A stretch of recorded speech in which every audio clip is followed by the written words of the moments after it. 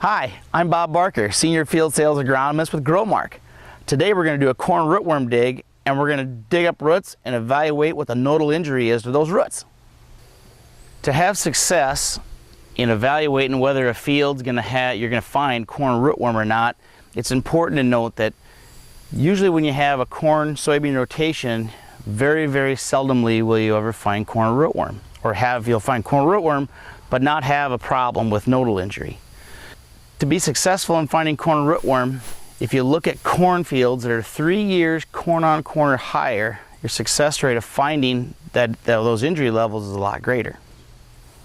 So we've identified a cornfield that will likely have some pressures of corn rootworm.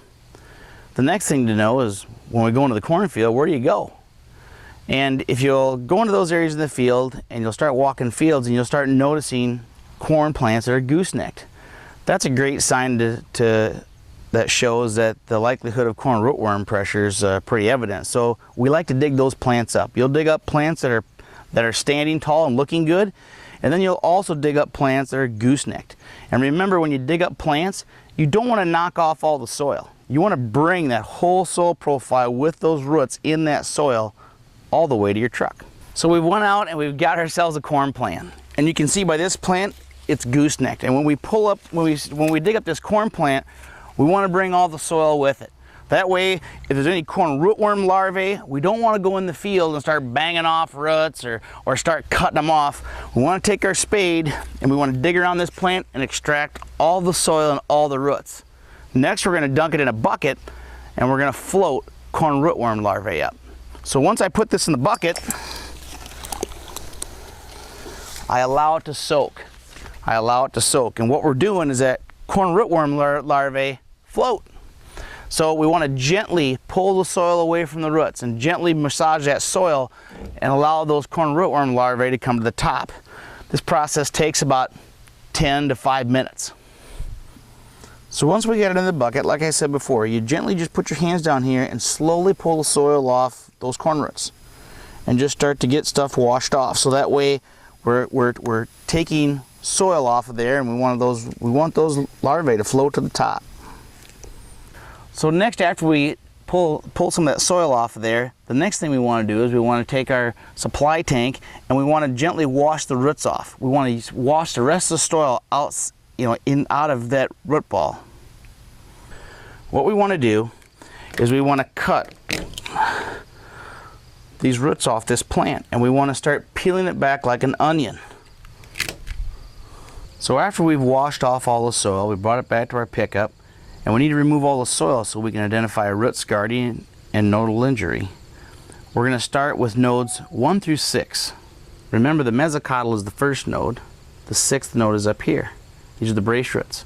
We have node 5, and then a short inner node, and then this triangle is nodes 4 through 1 all stacked up. So what we want to look for is root scarring. Remember, corn rootworm, when they're young and the first and second instar, will tunnel into the root and they'll feed inside this root.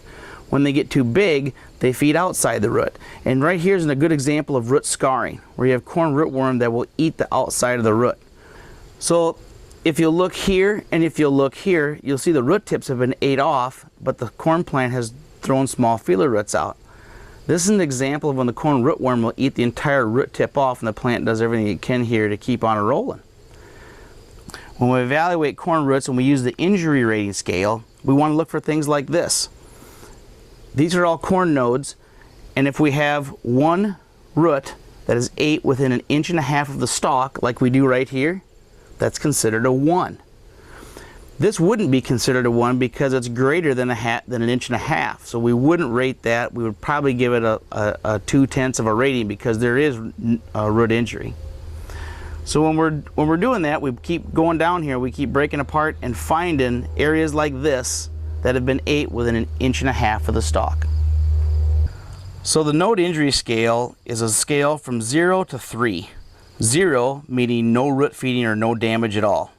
A 1 means that one node is ate within 1.5 inches of the stalk, from the soil line or the 6th node down to the 1st node.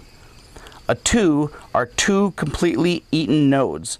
And that doesn't mean all the roots around the nodes. It means one of those corn roots. There's 8 within there. So if on 2 nodes, like for example, node 3 and node 4 have 1 corn root 8 within 1.5 inches, that's a 2.